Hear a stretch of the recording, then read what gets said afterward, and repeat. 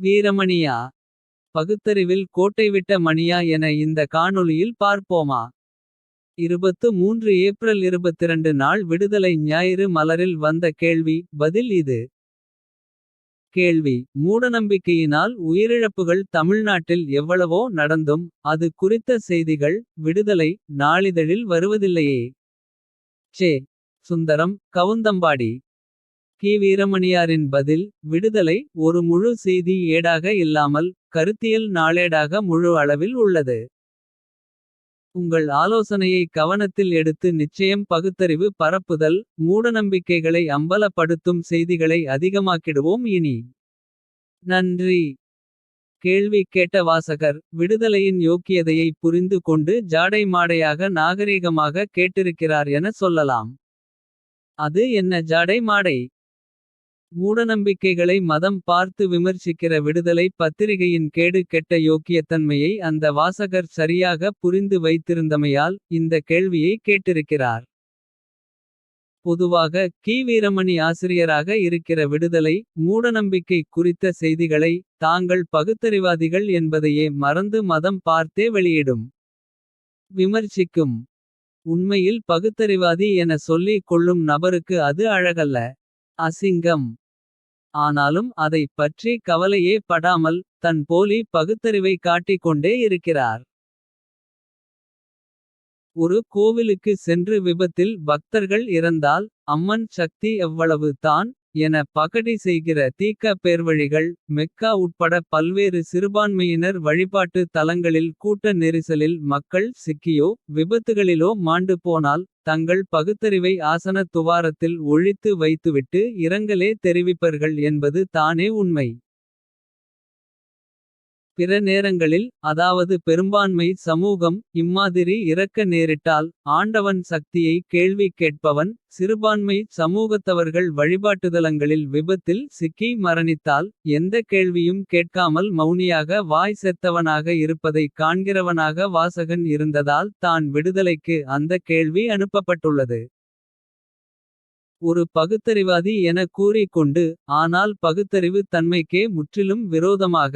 ஒரு மதத்துக்காரர்களிடம் மட்டும் பகுத்தறிவை காட்டியதால். உன் பகுத்தறிவை சந்தேகித்தே மற்றும் தி. க.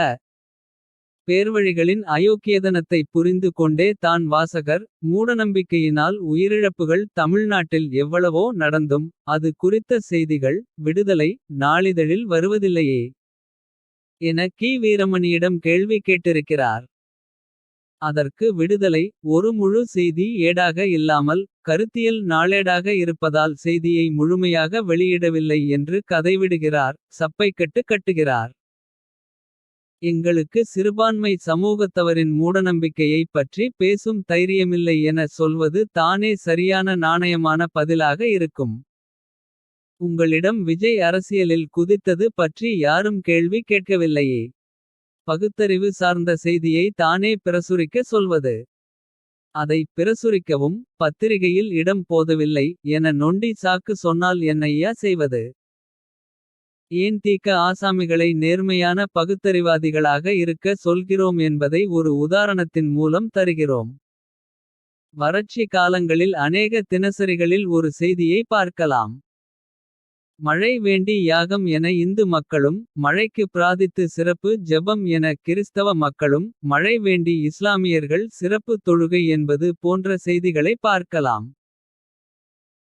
இந்த இடத்தில் தீக்க பேர்வழிகளின் பத்திரிகை என்ன செய்யும் என்றால். பிற மதங்களின் ஜெபம் தொழுகை விஷயத்தை மறைத்துவிட்டு.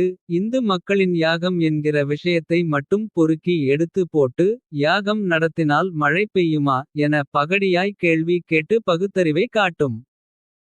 ஈரோட்டு கண்ணாடி அணிந்திருப்பதால் பிற மத விவகாரங்கள். தீக்க வினருக்கு தெரியாது தானே.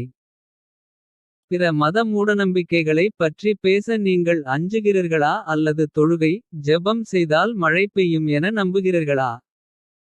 இரண்டில் ஏதாவது ஒன்று உண்மையாக இருக்கலாம் தான். போலி பகுத்தறிவாதிகளுக்கு பிரியாணிக்காகவோ அல்லது உயிர் பயத்தின் காரணமாகவோ. தீக்க பேர்வழிகள் ஜெபம் செய்தால் மழை பெய்யுமா. தொழுகை நடத்தினால் மழை பெய்யுமா. இதுவரை அப்படி எங்கே மழை பெய்தது என கேட்காமல் விட்டு விட்டதற்கு மற்றொரு காரணமாக சொல்லலாம்.